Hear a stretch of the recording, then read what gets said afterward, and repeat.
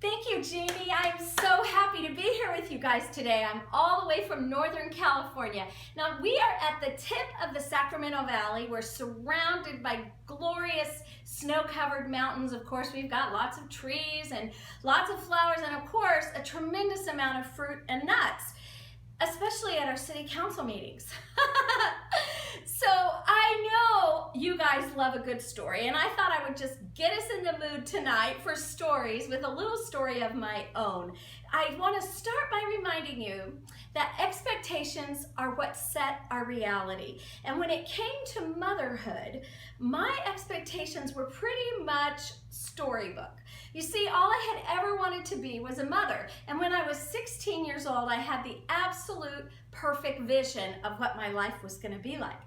It looked something like this. It was a sunny summer morning, and I was driving my Cadillac Eldorado convertible with the top down. Hey, give me a break. It was the 70s. And as I'm driving my car, my hair is gently wafting in the breeze, and I get a little smile on my face when I look in my rearview mirror, and there are my two perfect children sitting in the back seat, my son and daughter, lovingly sitting by each other as we get ready to go to the country club to spend the day playing tennis and swimming. And this was my vision, and the years went by, and it didn't happen, and it didn't happen, and I didn't have a husband, and I didn't have children, but I kept hoping. And sure enough, one day I met my Prince Charming, and I met my husband, Tom. Well, we got married, and although we were no spring chickens at pushing 40 and pushing 50, we both were united in wanting to start a family. And that's why about 20 months later, you found me on the 18th of December getting ready to embark on 12 hours of the most painful, miserable, life-changing time of labor for our first child. Now, not everybody's labor looks like mine. In fact, mine is kind of an unusual labor in that it was 12 hours packed in coach with 385 other people as we winged it through the air, 35,000 feet in the air, all the way across the Pacific. Yes, we were headed to China to meet our 12-month-old daughter, Amelia. You guys, my dreams were coming true. And so I did what all women in labor do. I ordered a drink and settled in for the duration. Now, I don't know. Of course, I'm not quite sure that my deep bovine moaning was really appreciated by my fellow travelers, but it sure made the time go fast. So as soon as we got to China, the days flew by and we were at our Forever Family Day. And now there were 20 of us. We were all on a bus and we were headed across town to meet our daughters for the first time. So I had done a ton of research on this, you could imagine, and everyone I talked to and all the websites I read said the day would look something like this. We would arrive at the meeting place, we would be waiting, and all of a sudden, the Chinese nanny would come in carrying a child. She would call a name. The family would move forward, collect their child, and begin their happy ever after. So I'm envisioning this on our bus ride. I'm like thinking about it and imagining how wonderful it's going to be. And of course, I'm coaching my husband on how he's supposed to be taking pictures of this most important day in the entire world. And we arrived. But a really strange thing happened when we arrived, and that is I got a severe case of the nerves.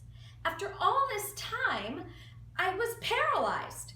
So I saw that the elevator taking people to the meeting room could only take 4 at a time. So I grabbed my husband's hand and I scooted us to the back of the line and had everybody else go up before we did. Now, I'm not sure why I did that, except maybe it was some primitive part of my brain saying your footloose and fancy-free lifestyle as you know it is about to be cruelly crushed. But for whatever reason, I let everybody else go first. We finally get up there. Everyone else has ascended. He and I are left. We enter the elevator, we push the button to the 7th floor as we wordlessly wait. The elevator goes up, the doors go apart. You guys, it's like a movie, a horror movie.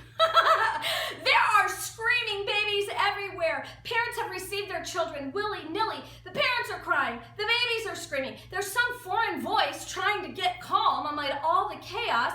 And on top of that, it looks like a bomb went off in one of those all year round Christmas stores at the mall, because there's streamers and there's lights and there's even these weird Santa faces hanging everywhere. And there, sitting in the middle of the room on her old Chinese nanny's lap, stone-faced and silent as a judge, is my little Amelia. I mean, I think it's my Amelia. Chinese, check. Black hair, black eyes, check. Rosy cheeks, check. Plus, she's the only one that hasn't been claimed. But I don't know, this isn't what I expected. What am I supposed to do? So I fell back on my upbringing and I introduced myself. Amelia, it's Mama. Silence. Amelia, it's Mama. Now, let me just take a step away and remind you that this 12-month-old baby has grown up in the middle of China, surrounded by Chinese faces, hearing nothing but Chinese, and here's this crazy-looking white woman trying to start a conversation. Amelia, Mama. I feel a tap on my shoulder, and it's my husband, and he wisely and lovingly says, Christy, go get her. So I walked over and I picked her up and I nestled her in my arms, my baby. Silence. Our baby. Silence. And secretly to myself, I'm kind of worried. Is there something wrong with her? She's so quiet. Is she deaf? And then I hear a little whimper. And then I hear a cry, and then I hear a wail, and then a scream. This kid's got a set of lungs. And I'm trying everything. I'm patting her. I'm changing her diaper. I am giving her a bottle. I'm trying to find a passy, and then I do the only thing I can think of to do, and that is I give her to her dad. And that little thing cried, sobbed, screamed for the next 14 hours in his arms, never letting me near her. Oh, I know what you're thinking. Oh, that poor thing, the trauma. All those years wanting a baby, and now she's rejected. That's brutal. And so it was that just like in most things in life, the expectation and the reality didn't match.